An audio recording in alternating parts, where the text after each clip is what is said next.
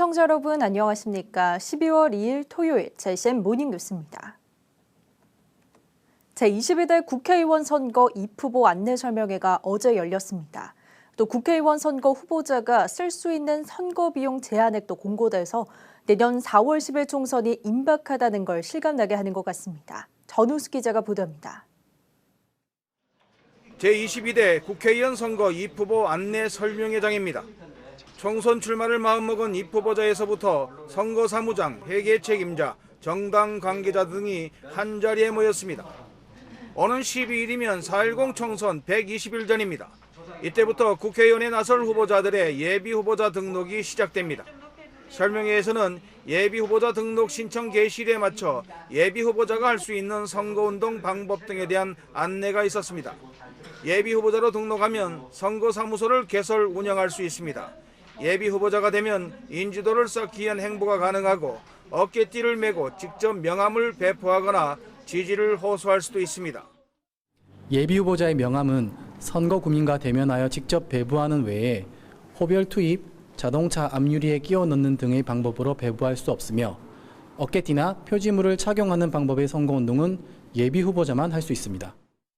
예비후보자 등록은 본격적인 총선 국면 돌입을 알리는 것으로 출마를 염두에 둔 이들은 앞다퉈 예비후보자 등록에 나설 것으로 보입니다. 현직 공무원이 예비후보자로 등록하고자 할 때는 예비후보자 등록 직전까지 사직해야 합니다. 지방자치단체의 장이나 공무원이 총선에 출마하기 위해서는 내년 1월 11일까지 사직해야 합니다. 다만 자치단체장이 국회의원 선거에 나설 때 선거구역이 관할구역과 같거나 겹칠 경우 선거일 전 120일까지인 오는 12일까지 그 직을 그만두어야 합니다. 울산시 선거관리위원회는 총선 후보자가 선거운동을 위해 사용할 수 있는 선거비용 제한액도 공고했습니다. 선거비용 제한액은 선거별로 인구와 읍면 동수의 전국 소비자 물가 변동률을 반영한 겁니다. 선거비용 제한액이 가장 많은 선거구는 중구로 2억 900여만 원, 가장 작은 선거구는 남구 을로 1억 7,100여만 원입니다.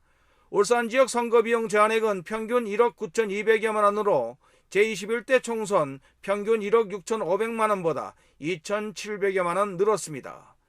후보자가 당선되거나 유효 투표 총수의 15% 이상 득표한 경우 선거비용 제한액 범위 안에서 정당하게 지출한 선거비용 전액을 10% 이상 15% 미만 득표한 경우에는 절반을 돌려받습니다. JCN 뉴스 전우수입니다. 서동욱 남구청장이 어제 남구청장 사임서를 제출했습니다.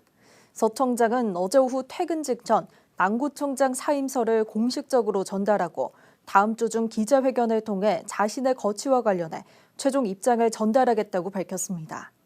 서 청장은 기자와의 통화에서 내년 4월 10일 총선에 출마하기로 마음의 결정을 내렸고 출마 선거구에 대해서는 기자회견에서 공개하겠다고 밝혀 아직 남구 을과 남구 갑을 놓고 고심 중인 것으로 보입니다.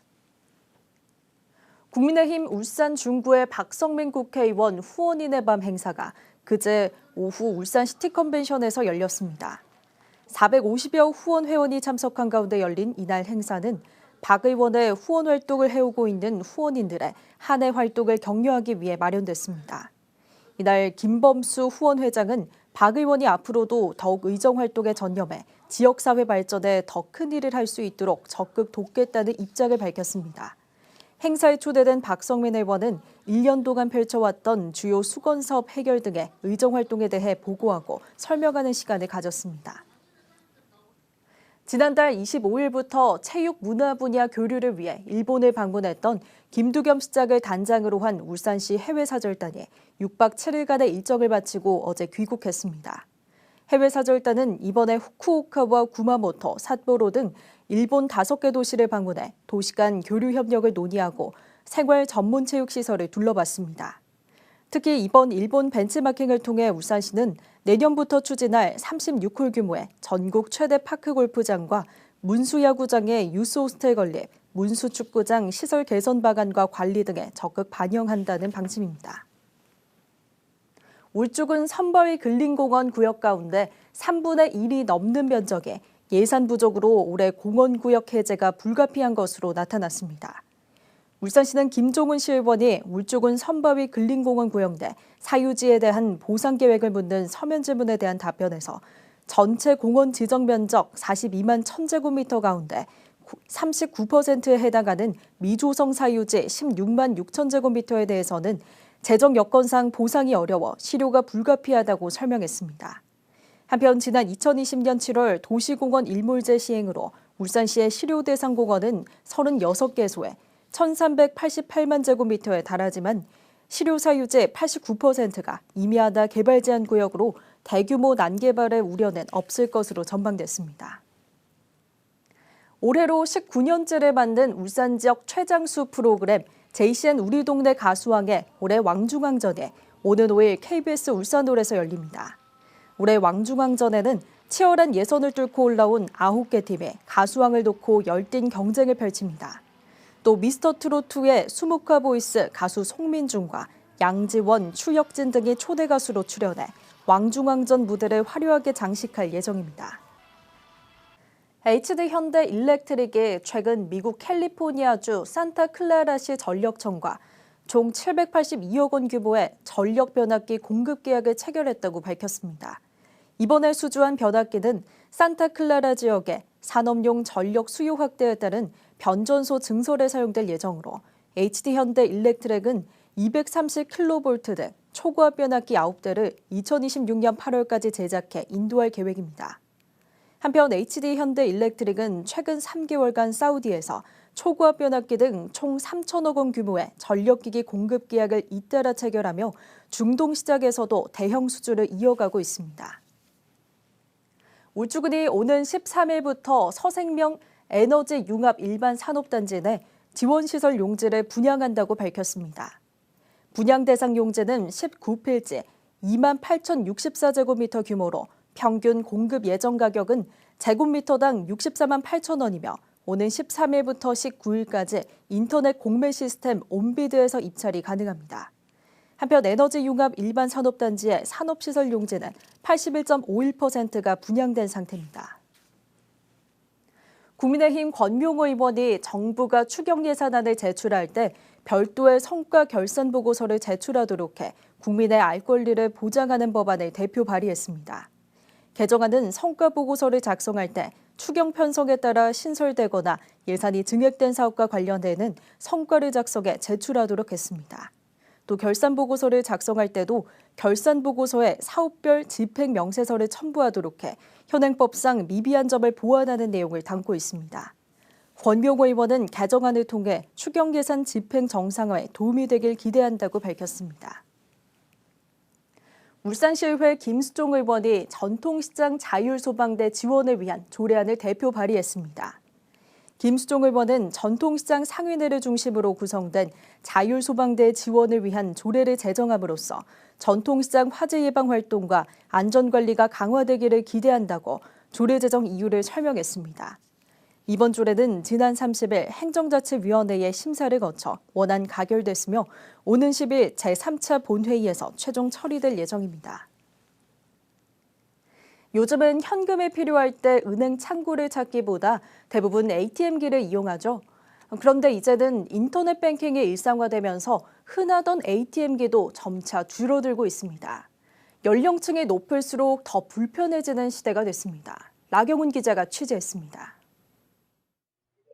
카드 사용이 늘고 인터넷 은행 이용이 활성화되면서 하나둘 사라지고 있는 ATM기. 현재 울산의 시중은행과 지방은행이 외부에 운영 중인 ATM기는 은행별로 10대 남짓인 것으로 알려졌습니다. ATM기 찾기가 점점 어려워지고 있는데 관공서도 예외는 아닙니다. 울산 남부경찰서도 최근 이곳에 설치돼 있던 ATM기 한 대를 철수했습니다. 이렇다 보니 당장 필요한 현금을 찾지 못해 당황하는 경우도 적지 않습니다. 특히 여전히 현금 사용에 익숙한 고령층일수록 불편함은 더 큽니다. 아무래도 경조사 같은 경우에도 많이 사라지면은 불편하겠죠. 관공서도 사라지면은 더 불편하지 않을까 싶습니다. 은행들이 ATM기를 줄이는 이유는 유지 관리 비용 때문입니다. 실제로 국내 5대 시중은행의 ATM기는 3년 사이에 17.8% 감소했습니다.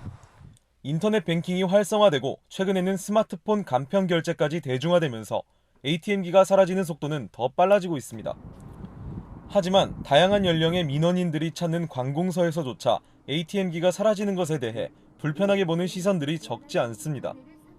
JCN 뉴스 나경훈입니다. 어제 오전 8시 45분쯤 아산로에서 버스를 포함한 차량 3줄 추돌 사고가 발생했습니다. 북부경찰서에 따르면 북구에서 중구 방향 아산로를 달리던 버스가 명촌교 북단 부근에서 승용차 한 대를 뒤에서 추돌하고 버스와 추돌한 승용차가 다시 앞차와 잇따라 부딪혔습니다. 이 사고로 버스에 타고 있던 9명과 승용차 운전자 1명이 경상을 입어 병원에 이송됐고 경찰은 운전자들을 상대로 정확한 사고 경위를 조사 중입니다. 출장 중이던 공무원들이 주택가에서 발생한 화재 진압을 도운 사실이 뒤늦게 알려졌습니다. 동구청에 따르면 그제 오전 11시쯤 동구 대송동의 한 원룸 주차장에서 담배꽁초 발화로 추정되는 화재가 발생했습니다. 당시 출장 중이던 동구청 소속 진민우, 이정범 주무관은 원룸 주차장에 쌓아둔 폐지에서 불꽃이 올라오는 것을 목격하고 119에 신고한 뒤 직접 소화기를 빌려 진압하고 출동한 소방관이 최종 진화를 할 수 있도록 끝까지 남아 환경을 정리한 것으로 전해졌습니다. 더불어민주당 울산시당은 어제 울산대공원 동문에서 혈액수급난 해소를 위한 단체 헌혈 캠페인을 진행했습니다. 이선호 위원장은 우리나라는 10대와 20대 헌혈자에 대한 의존도가 높아 방학이나 시험 기간이 되면 혈액 부족 현상이 발생한다면서 시민들의 적극적인 헌혈 동참을 호소했습니다. 남구청이 태화강 둔치 내 두 곳의 태화강 그라스 정원 3차와 4차 조성을 모두 마쳤습니다.